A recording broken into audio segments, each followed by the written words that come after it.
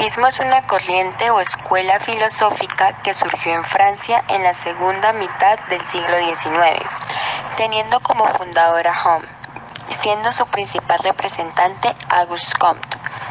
Esta afirma que el único conocimiento auténtico es el conocimiento científico, que surge de la afirmación positiva de todas las teorías tras la aplicación del qué es, y que tal conocimiento solo puede surgir del empleo del método científico. Según esta escuela, todas las actividades filosóficas y científicas deben efectuarse únicamente en el marco del análisis de los hechos reales, verificados por la experiencia. El nombre del positivismo proviene con el propósito de ser utilizado para la investigación filosófica, los métodos y resultados de la ciencia positiva. Al surgir en Francia, se difunden por toda Europa y se convierte en la forma preferida de pensar de filósofos, historiadores, científicos, literatos, etc.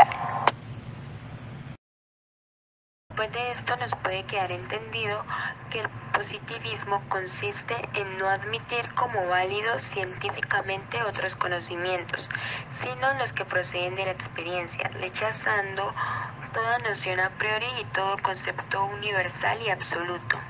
El hecho es la única realidad científica y la experiencia e inducción son los métodos exclusivos de la ciencia.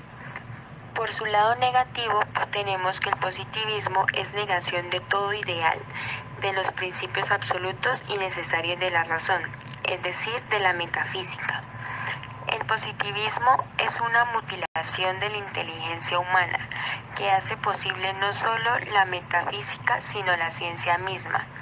Esta, sin los principios ideales, queda reducida a una nomenclatura de hechos y la ciencia es una colección de experiencias, sino la idea general, la ley que interpreta la experiencia y la traspasa. Considerado como sistema religioso, el positivismo es el culto de la humanidad como ser total, simple o singular. El positivismo lógico pretendía alcanzar sus objetivos mediante su particularidad de métodos científicos, que consta en dos siguientes factores: la verificación empírica y el análisis lógico del lenguaje. Pensadores que influyeron fuertemente sobre el movimiento. Uno de los pensadores que influyeron fuertemente sobre el movimiento del positivismo lógico son los del Círculo de Viena, los cuales se ocupaban principalmente de la lógica de la ciencia, considerando la filosofía como una disciplina encargada de distinguir entre lo que no es ciencia y lo que es, y de la elaboración de un lenguaje común a todas las ciencias. Otros pensadores que también se ven influenciados son Bertrand Russell, Ludwig Wittgenstein y Ernst Mach. Por otro lado, Hume y su distinción entre las relaciones de ideas a priori y las cuestiones de hecho a posteriori.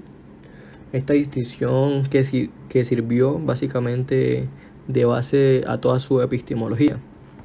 La doctrina empírico-criticista de Ernst Mach, la cual afirmaba que los hechos de la experiencia constituían el fundamento último del conocimiento, básicamente invalidando toda distinción entre hechos, sobre todo la diferenciaba en lo que viene siendo entre lo físico y lo psíquico.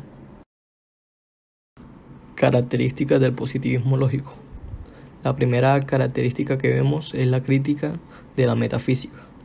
Wittgenstein había denunciado que la mayoría de las cuestiones filosóficas, sobre todo las referentes a la metafísica, carecían de sentido si se las examinaba a la luz de un análisis lingüístico. Este postulado fue completamente asumido por la mayoría de neopositivistas. La segunda característica que vemos es la unificación de las ciencias. La necesidad de unificación de las ciencias, sean cual fueran sus contenidos disciplinares, es una de las prioridades del positivismo lógico, básicamente. Y por último, el problema de la verificabilidad. Básicamente, se agudiza cuando se analizan las proposiciones universales, ya que éstas no pueden nunca contrastarse totalmente con lo dado a la experiencia.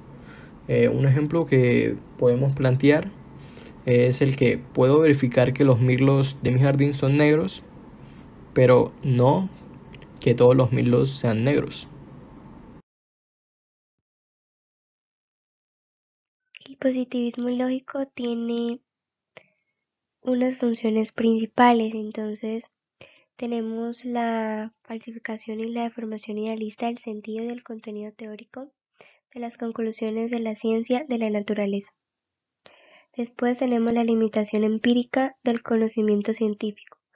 Así el positivismo lógico hace el juego de la religión y la justifica por medio de tesis en nombre de conocimiento no científico, místico, y el positivismo lógico excluye igualmente a la ética y a la estética de la jurisdicción de la ciencia. Otra función es que la utilización de la lógica de su papel en el conocimiento científico se da y también pues con respecto a las relaciones en este caso para el positivismo la misión fundamental de la filosofía consiste en un análisis de las nociones y juicios científicos.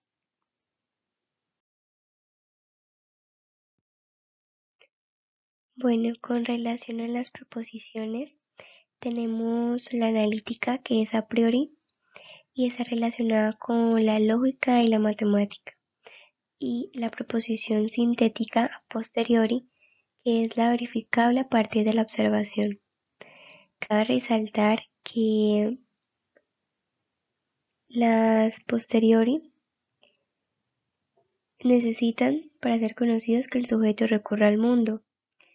Los a priori son cognoscibles por un puro ejercicio de la razón, sin necesidad de recurrir al mundo. La a priori es necesaria y lo posteriori es contingente. Kant había dicho que existen algunos enunciados sintéticos a priori, algunos que pues nos hablan, nos dicen cosas sobre el mundo y que pueden ser conocidos sin recurrir a la observación empírica, y como son a priori, son necesarios. Y la sintética a priori serían las matemáticas o la metafísica de las costumbres. Los empiristas lógicos aceptan las distinciones de Kant, pero niegan que pueda haber un sintético a priori. Solo hay entonces también unos enunciados que hablan sobre el mundo, pero que no necesitan de verificación empírica. Los empiristas quieren alejarse de este cambio y pues tienen sus razones. Un criterio de verificabilidad establece el modo de comprobar la verdad de una proposición. El neopositivismo combinó dos criterios.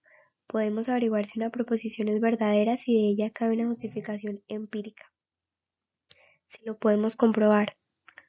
Si podemos verificar la verdad mediante algún tipo de observación empírica.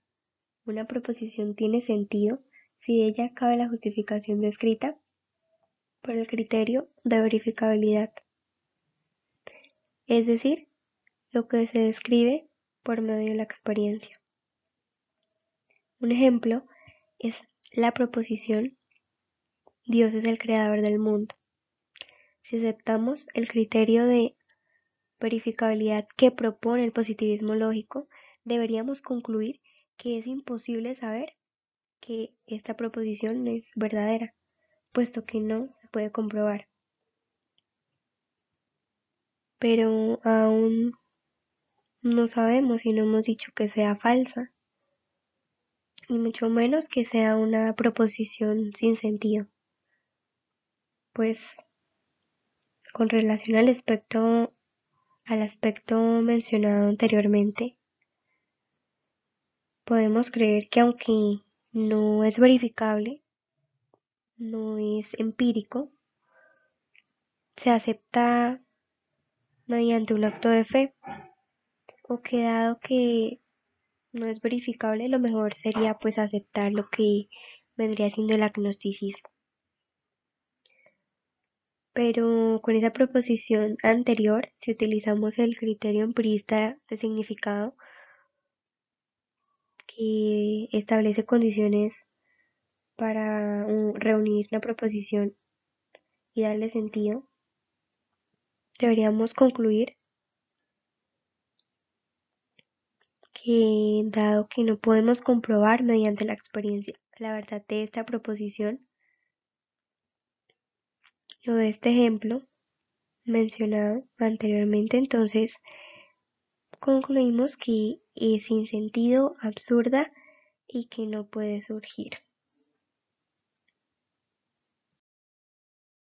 El positivismo lógico plantea la necesidad de unificación de las ciencias, sea cual sea su contenido disciplinario. Es una de las prioridades del positivismo lógico. Para lograr la unificación se hacía imprescindible analizar el significado de los enunciados utilizados por ella, así como delimitar y construcción de un lenguaje propio minuciosamente preciso que desaloja toda ambigüedad y error.